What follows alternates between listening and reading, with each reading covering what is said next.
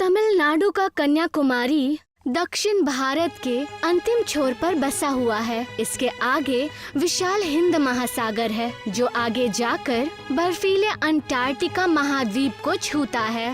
ये कहानी कन्याकुमारी के पास बसा पुटुसपुर नाम के गांव में रहने वाले अब्दुल की है। अब्दुल बकरे पालने का धंधा किया करता था। उसके पास छोटे बड़े कुल मिलाकर 20 बकरे बकरियां थी। पहचान के लिए अब्दुल ने उनके ऊपर सफेद पेंट से नंबर लिख रखे थे। अब्बू, बकरा नंबर 15 से उसका पेंट छूट रहा है। मैं मदरसे से चौक लेकर आई हूँ, क्या मैं उस पर नंबर लिख दूँ? हाँ सकीना बेटी, लिख दो। सकीना जब बकरे पर नंबर लिखने चली गई तो अब्दुल की बीवी हमीदा अब्दुल से बोली, इससे सकीना की फीस जमा होगी और अब्बास भी मोबाइल के लिए रो रहा है। बकरा नंबर 13 बड़ा हो गया है, आप उसे बेच आइए, हमें अभी पैसों की जरूरत है। ठीक है, मैं आज शाम को मोहित भाई के पास जाऊंगा। जब कोई बकरा बड़ा हो जाता तो अब्दुल बकरे को किसी मटन शॉप वाले के पास बेच आता। आओ अब्दुल आओ, आज क्या माल लेकर आए हो? आज का माल एकदम कड़क है, इसके मुझे 15,000 रुपए तो मिलने ही चाहिए। इस बकरे के 15,000 रुपए नहीं मिल सकते, ऐसे बकरे तो 7-8 हजार में बिकते हैं। फिर भी तुम जान पहचान के आदमी हो तो मैं तुम्हें 10,000 रुपए दूंगा, इससे ज्यादा कोई इस बकरे की कीमत नहीं देने वाला। अब्दुल ने बकरा 10,000 में बेच दिया। वो पेठे की मिठाई और पैसे लेकर घर लौटा। कितने में बिका बकरा? मोहित भाई ने 10,000 दिए हैं। मोहित आपको कम दाम देता है, आप किसी और दुकानदार के पास क्यों नहीं जाते? मोहित भाई अपने जान पहचान के आदमी हैं, वो ठीक ही कीमत देते होंगे। 10,000 में सकीना की फीस और अब्बास का मोबाइल दोनों काम हो जाएंगे क्या? 3,000 मेरे पास है, 13,000 में दोनों काम हो जाएंगे। बच्चों को ये पेठा बांट दो। अब्दुल जब भी कोई बकरा बेचता उसे अफसोस भी होता, क्योंकि बकरे को पालते पालते उसे उससे लगाव हो जाता था, लेकिन उसे बेचना उसकी मजबूरी थी। घोड़ा अगर घास से दोस्ती करेगा तो खाएगा क्या? अब्दुल का मकान बेहद पुराना और जर्जर था। रात में जब सभी लोग सो रहे थे तो तेज बारिश के कारण छत का एक बड़ा सा टुकड़ा अब्बास के पैर पर गिर पड़ा। अब्बास के पैर में बेहद चोट आई और घर के छत में एक छेद हो गया। अब्बास के पैर के इलाज में काफी पैसे खर्च हो गए। मैं कब से कह रही थी कि मकान की मरम्मत करा लो, आखिर लेने के देने पड़ ही गए ना। अब इलाज में भी पैसा खर्च हुआ जा रहा है और अब ये छेद भी बंद करना पड़ेगा। मेरे पास पैसे कहाँ थे कि जो मैं मकान की मरम्मत करवा लेता। फिर इस पुराने मकान में पैसा लगाना बेवकूफी है, कभी भी गिर सकता है। आप किसी भी तरह पैसे कमाइए, लेकिन जल्द से जल्द एक नए घर का इंतजाम कीजिए, वरना हमारे घर पे छत भी नहीं रहेगी। बकरे पालने के धंधे में तो कोई खास फायदा नहीं हो रहा, मुझे कुछ और ही सोचना पड़ेगा। हाँ पापा, स्कूल के बच्चे बच्चियों भी हमें बकरे के भाई बहन कहकर चिढ़ाते हैं, आप कोई और काम करिए ना। अब्दुल को पेठा पसंद था। उसने सोचा, क्यों ना मैं पेठे की मिठाई ही बेचूं? मैं कन्याकुमारी जाऊंगा और वहाँ पर पेठे बेचूंगा। लेकिन आपको पेठा बनाना भी तो नहीं आता। तो मैं किसी दुकान में काम करके पेठा बनाना सीख लूंगा। पापा, आपको पेठा बनाना सीखने के लिए कई काम करने की जरूरत नहीं है। उस दिन आप पेठा लाए थे ना, तो मैंने YouTube पर पेठा बनाने की विधि देख ली थी। अब्दुल ने सारे बकरे बकरियों को बेच दिया और कन्याकुमारी जाकर पेठा बनाने का सामान खरीदा और दुकान पर बेचना शुरू कर दिया। पेठा कितने रुपए किलो है? सिर्फ 200 रुपए किलो। मेरे बच्चे रंगीन पेठा खाते हैं, क्या आपके पास रंगीन पेठा है? अभी तो नहीं है बाबूजी, लेकिन जल्दी ही उपलब्ध हो जाएगा। धीरे धीरे अब्दुल की बिक्री बढ़ने लगती है और उसकी दुकान शहर में अब्दुल पेठा वाले के नाम से मशहूर हो जाती है। जब अब्दुल के पास पैसे इकट्ठा हो जाते हैं तो वो अपना नया घर बनवा लेता है। बच्चों, तुम्हारी परीक्षाएं खत्म होने के बाद हम श्रीलंका घूमने जाएंगे। अब्दुल का परिवार जब श्रीलंका घूमने गया तो वो अपने साथ अपने दुकान का पेठा भी ले गए। उन्होंने श्रीलंका के लोगों को फ्री में पेठा खिलाया। बताइए भाई साहब, हमारा पेठा कैसा है? आपके पेठे का स्वाद तो वाकई गजब है। हमारे यहाँ अली नाम का एक आदमी पेठा बेचता है, लेकिन आज मुझे पता चला कि अली के पेठे में तो कोई स्वाद ही नहीं है। अब्दुल के खानदान ने भी अली का पेठा खाकर देखा। तौबा तौबा, ये तो कड़वा है, इसे तो निगला भी नहीं जा रहा। अब्बू, कन्याकुमारी में तो आपकी दुकान फेमस हो ही चुकी है। वो दुकान नौकरों को सौंप कर आप यहाँ पर एक नई दुकान शुरू कर दीजिए। तूने ठीक कहा सकीना, अब हम अपने बिजनेस को श्रीलंका में फैलाएंगे। अब्दुल ने भारत से ही पेठा मंगाया और श्रीलंका में नया धंधा शुरू कर दिया। श्रीलंका में भी अब्दुल का धंधा तेजी से फैलने लगा। अली का पेठा अब लोगों ने सूंघना भी बंद कर दिया। एक दिन अली अब्दुल के पास गया। भाई साहब, तुम अपने पेठे को कैसे तैयार करते हो? मैं तुम्हारे तरीके को सीखना चाहता हूँ। तुम्हारा स्वागत है दोस्त, मैं तुम्हें हर चीज बहुत अच्छे से दिखाता हूँ और समझाता हूँ। अली ने अब्दुल के पेठा बनाने का तरीका बेहद ध्यान से देखा। उसे देखते ही एक बात समझ आई कि फर्क सिर्फ हरे पेठे की क्वालिटी का है। अब्दुल भाई, तुम इतनी अच्छी क्वालिटी का हरा पेठा क्यों इस्तेमाल कर रहे हो? लो क्वालिटी का पेठा इस्तेमाल करो, लागत कम आएगी और मुनाफा अधिक होगा। नहीं, मैं ऐसा नहीं कर सकता। मैं अपने ग्राहकों को अच्छी सी अच्छी क्वालिटी का माल उपलब्ध कराना चाहता हूँ। तुम्हें भी अपने पेठे की क्वालिटी सुधारनी चाहिए। देखो, अगर तुम और मैं दोनों लो क्वालिटी का पेठा इस्तेमाल करेंगे तो किसी को क्वालिटी के बारे में पता नहीं चलेगा। हम दोनों का फायदा होगा। अगर तुम कहो तो मैं अपने इम्पोर्टर से तुम्हारी बात करा दूं, वो तुम्हें सस्ता हरा पेठा उपलब्ध करा देगा। नहीं भाई, मुझे नहीं चाहिए ये सस्ता पेठा। अगर ये आदमी यहाँ रहा ना तो मेरा धंधा चौपट हो जाएगा। अली ने एक औरत को कुछ रुपए दिए और उसे अब्दुल के पास भेज दिया।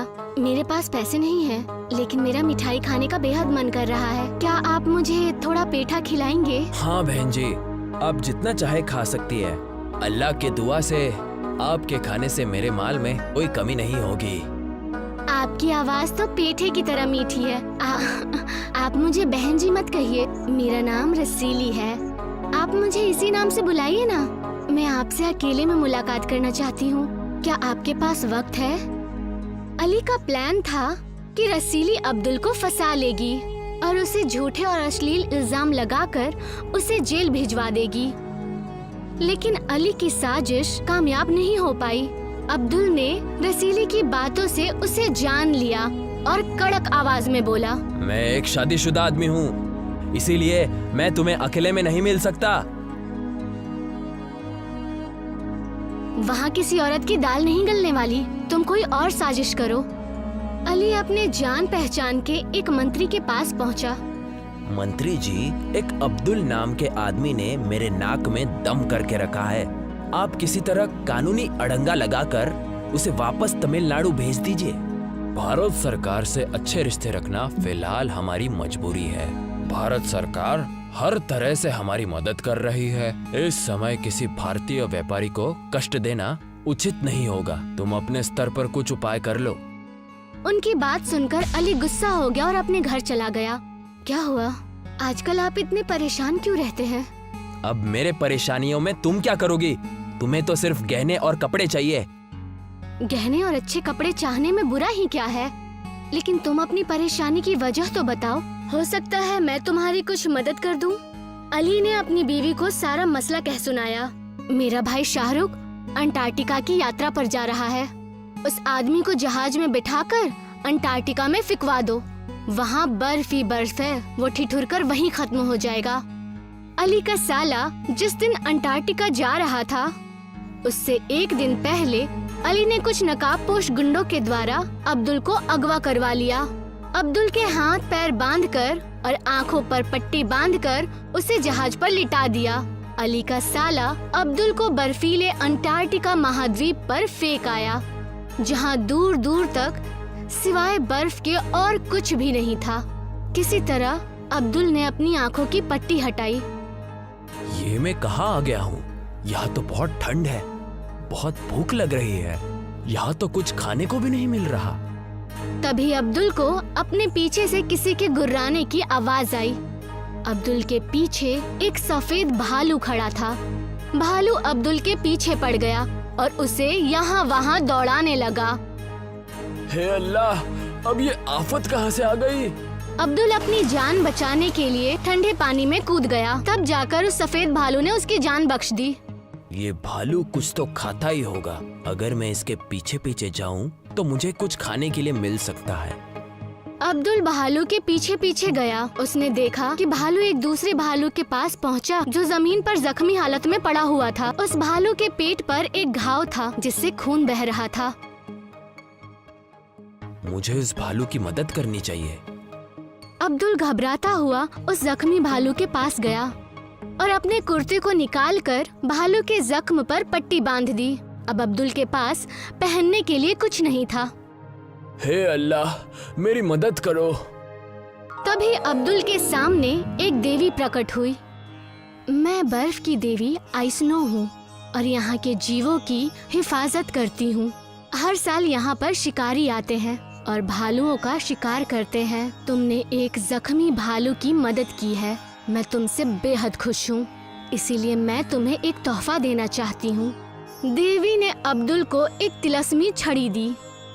इस छड़ी को बर्फ से छूना, बर्फ उसी चीज में बदल जाएगी जिसकी तुम्हें जरूरत होगी। मैं कन्याकुमारी से आया हूँ। सबसे पहले मैं बर्फ की नाव बनाकर घर जाऊंगा, लेकिन घर पहुँचने के बाद इस छड़ी का कोई उपयोग नहीं रहेगा, क्योंकि कन्याकुमारी में तो बर्फ होती ही नहीं है। तुम उसकी फिक्र मत करो। मैं हर अमावस्या की रात 12 बजे तुम्हें यहाँ से एक बड़ा बर्फ का टुकड़ा भेज दिया करूँगी। अब्दुल अपने मन में नाव का ध्यान करते हुए एक बड़े बर्फ के टुकड़े से अपनी छड़ी को छुआता है। बर्फ का टुकड़ा अचानक ही नाव में बदल जाता है। अब्दुल नाव से यात्रा करता हुआ कन्याकुमारी पहुँच जाता है। पापा, आप कहाँ चले गए थे? हमने आपको बहुत बार फोन किया। बेटा, किसी ने मुझे अंटार्कटिका पहुंचा दिया था, लेकिन अब सब ठीक है। तुम्हें सकीना को और तुम्हारी माँ को जिस चीज की भी जरूरत हो वो मुझे कागज पर लिखकर दे दो।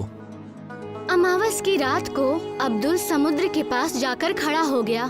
उसने देखा एक बड़ा सा बर्फ का टुकड़ा तैरता हुआ उसकी ओर चला आ रहा है। अब्दुल ने उस बर्फ के कई टुकड़े किए और बर्फ से ही पेठा बना दिया। वो पेठे उतने ही लजीज थे जितने लजीज उसके हाथ के बनाए हुए पेठे होते थे। उसने बर्फ के भारी टुकड़ों से अपने लिए एक कार बनाई। कुछ दिनों बाद अब्दुल श्रीलंका गया। इस बार वो अपने दुकान पर एक महंगी कार में पहुंचा।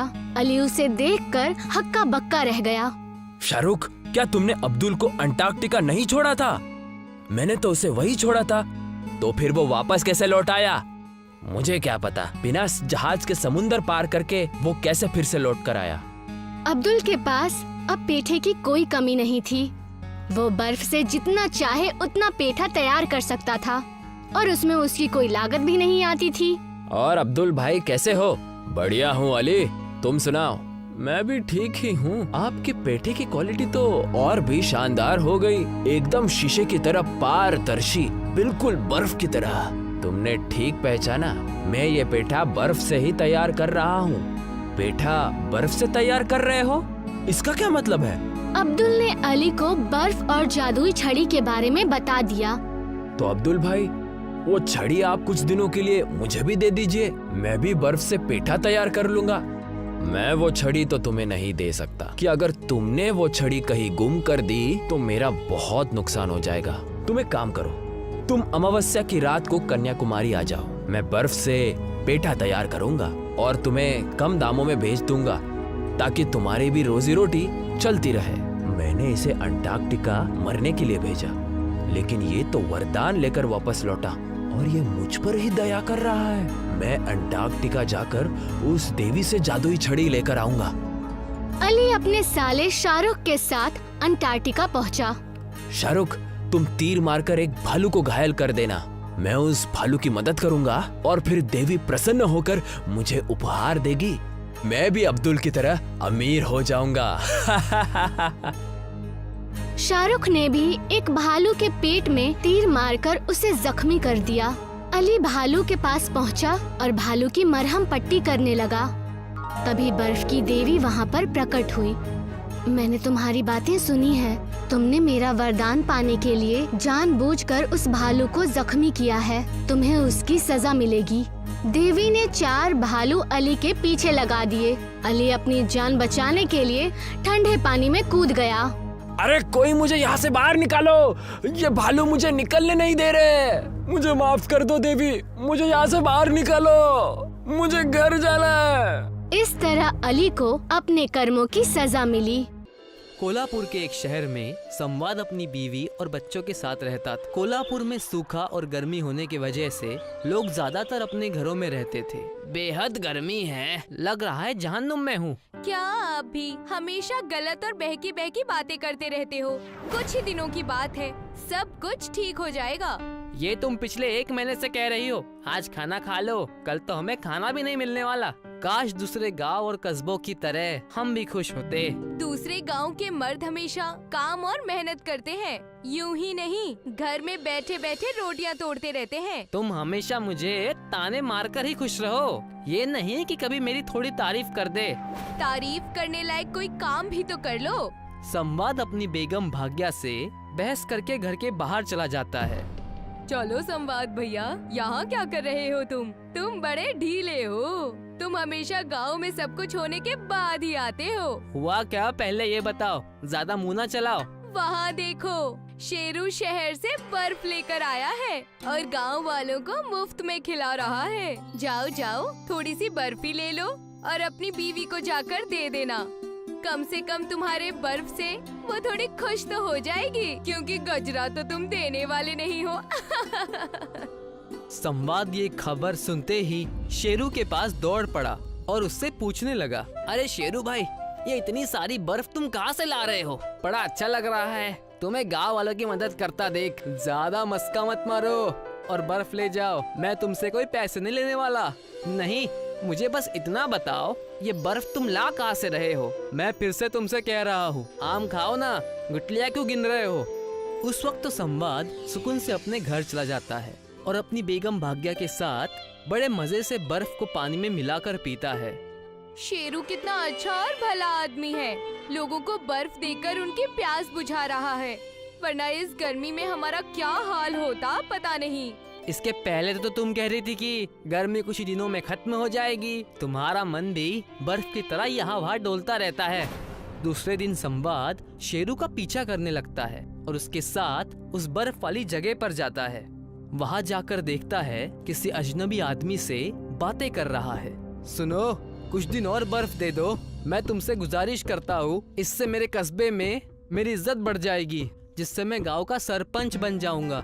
हाँ, ठीक है, देखो ये अब आखिरी बार है, इसके बाद मैं तुम्हें कोई भी बर्फ का टुकड़ा नहीं दूंगा। लेकर यहाँ से चुपचाप चले जाओ, काम का ना काज का, दुश्मन अनाज का, जैसा तुम कहो। इस बार मुझे थोड़ा ज्यादा दे देना। शेरू और उस बर्फ वाले की बात को संवाद अच्छी तरह समझ जाता है। शेरू का भांडा फूट चुका था। शेरू के वहाँ से जाते ही संवाद उस बर्फ वाले से कहने लगता है, मैं क्या कह रहा हूँ, मेरी सुनते क्यों नहीं आप? भाईजान, तुम कुछ बोलोगे तो मैं सुनूंगा ना, और ज्यादा परेशान मत करो, मैं पहले से ही बहुत परेशान हूँ। शेरू तुमसे जो बर्फ मुफ्त में ले जाता है, क्या तुम उसे पैसे लेकर बेचोगे? अगर तुम अच्छे पैसे दोगे तो क्यों नहीं, मैं जरूर तुम्हें बेचूंगा, लेकिन एक शर्त पर। तुम अब शेरू या किसी और को बर्फ नहीं दोगे। ये भी कोई कहने की बात है? वो तो मुफ्त में ले जाया करता था और अब तुम पैसे दे रहे हो तो मैं तुम्हें ही दूंगा। अगले दिन से ही उस बर्फ वाले ने शेरू को मुफ्त में बर्फ देना बंद कर दिया और संवाद को पैसे देकर बर्फ बेचने लगा। संवाद उस बर्फ वाले से बर्फ लेकर बेचने की तैयारी करने लगा। आ जाओ, बर्फ खरीद लो, ये अच्छे ठंडे और टिकाऊ बर्फ है, गर्मी भगाओ, आ जाओ। अरे वाह संवाद भैया, ये हुई ना बात, गांव में बर्फ बेच रहे हो, हम तो शेरू से मुफ्त में ही ले लेंगे। कोई शेरू वेरू नहीं आने वाला, अब तुम्हें लेना हो तो लो, और अब मुफ्त में नहीं, पूरे 50 रुपए में एक बक्सा मिलेगा बर्फ का। संवाद अपने मन की मनमानी करके बर्फ बेचने लगा। शेरू के हाथ में अब कुछ नहीं बचा था। शेरू ने उसे बर्फ बेचते हुए देखा और कहा, वाह दोस्त वाह, तुमने पीठ पीछे ये सारी साजिश रची, अच्छी चाल चली है तुमने। मैंने तो बस मौके का फायदा उठाया है। तुम जाकर सरपंच बनने की तैयारी करो। अच्छा, तो तुम्हें ये बात भी पता चल गई। शेरू उस वक्त कुछ नहीं कर पाया, लेकिन संवाद के जहन में लालच का दरख्त आ चुका था। संवाद अलग अलग कस्बों में जाकर बर्फ बेचने लगा था। गांव वाले लालच और गर्मी से परेशान होने के कारण संवाद से बर्फ मजबूरी में खरीदने लगे थे। अब से मुझे ज्यादा बर्फ चाहिए, मैं तुम्हें ज्यादा पैसे देने के लिए तैयार हूँ। यहाँ बर्फ की कोई खदान थोड़ी ना है जो मैं तुम्हें बर्फ दे सकूं। मेरे पास इतना ही मिलेगा, लेना हो तो लो वरना मत लो। तुमसे अच्छा तो वो शेरू था। सरपंच बनने के लिए भला गिड़गिड़ाया तो करता था, लेकिन दिल का साफ था। संवाद ज्यादा पैसों की लालच में बर्फ में गंदा पानी मिलाया करता था ताकि बर्फ ज्यादा बढ़ जाए। तालाब से पानी लेकर उस बर्फ वाले को दे दिया करता था, जिससे बर्फ बढ़े और वो ज्यादा पैसे कमा सके। आप इतने सारे बर्फ ला कहाँ से रहे हैं? कल गांव के कुछ लोग उस बर्फ के पानी को पीकर बीमार हो गए। मेरा तो बड़ा जी घबरा रहा है। ज्यादा लालच के चलते कहीं आप कोई गलत काम तो नहीं कर रहे हैं ना? अब गांव वाले कमजोर है तो इसमें मेरी क्या गलती? मैं तो बस एक बर्फ का कारोबारी हूँ। बस आप कोई गलत काम मत कीजिएगा।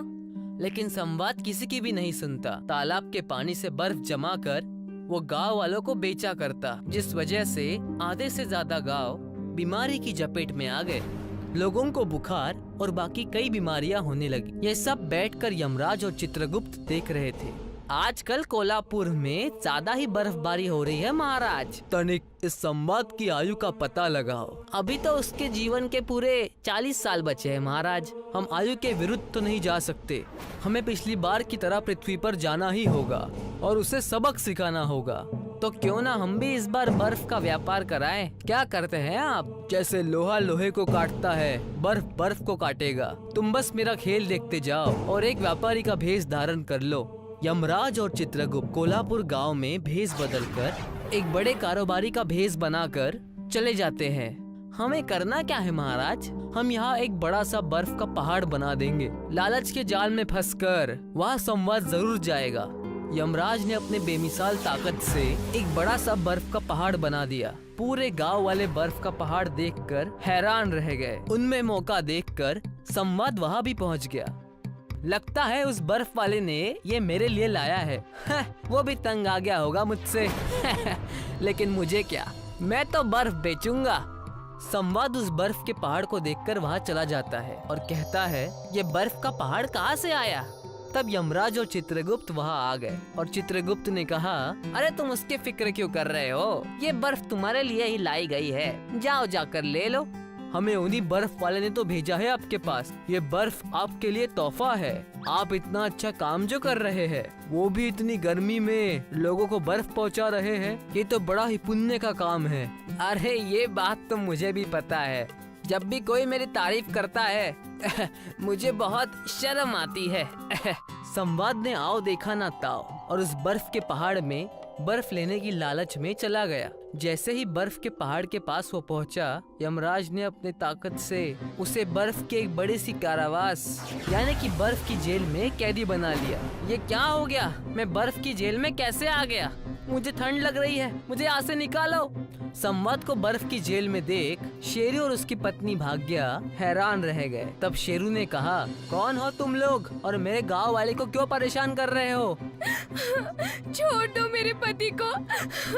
ठंड के मारे देखो कैसे कांप रहे हैं। ज्यादा ठंड से कहीं बीमार न हो जाए। तब जाकर गांव वालों को दिखाने के लिए यमराज और चित्रगुप्त अपने असली अवतार में आ जाते हैं और कहते हैं, मैं यम हूँ, यमलोक का यमराज, और मैं हूँ चित्रगुप्त। यमराज और चित्रगुप्त को उनके असली भेष में देख गांव वाले डर गए। शेरू और भाग्या ने उन्हें डरते हुए कहा, आप हमारे गांव क्यों आए हैं और आपने मेरे पति को ये सजा क्यों दी है? दंड का पात्र संवाद स्वयं है। तब जाकर यमराज और चित्रगुप्त ने सारी सच्चाई गांव वालों के सामने रखी। मुझे छोड़ दो, ठंड के मारे मेरी जान निकल रही है। मैं अपनी सारी गलती मानता हूँ, मैं ऐसा कभी नहीं करूँगा। रहम करे महाराज, आप देव हैं, आप सब कुछ है। मेरे पति के प्राण बख्श दीजिए महाराज, मैं विधवा नहीं होना चाहती। यमराज ने भाग गया और बाकी कस्बे वालों की बात सुनकर बर्फ की जेल खत्म कर दी और कहने लगे, मैं तुम्हारे प्राणों को हरने नहीं आया था, मैं तुम्हें बस सबक सिखाने आया था, लेकिन तुम्हें दंड दिए बिना मैं जाऊंगा नहीं। आपने सजा दे तो दी, मैं अब सब समझ गया हूँ। दंड तो तुम्हें अवश्य मिलेगा। आज से तुम जब भी बर्फ को छुओगे तो उसे छूते ही तुम्हें एक बिजली का झटका लगेगा। इतना कहकर यमराज और चित्रगुप्त वहाँ से गायब होकर चले जाते हैं। संवाद को उसकी सजा मिल गई और वो अपनी पत्नी के साथ सुकून से रहने लगा। गांव वालों ने शेरू को गांव का सरपंच ऐलान कर दिया और सुकून से रहने लगे।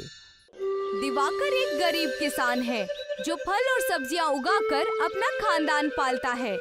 वो अपने बगीचे में गोबर और बाकी नामियाती खाद का इस्तेमाल करता था, जिससे उसकी उगाई बहुत सी चीजें ताज़ा होती हैं और सभी ग्राहक उससे ही फल और सब्जियां खरीदते हैं। अरे दिवाकर बाबू, ये पपीते कैसे दिए? 50 रुपए में है। 2 पपीता दे दीजिए। ये लीजिए 100 रुपए।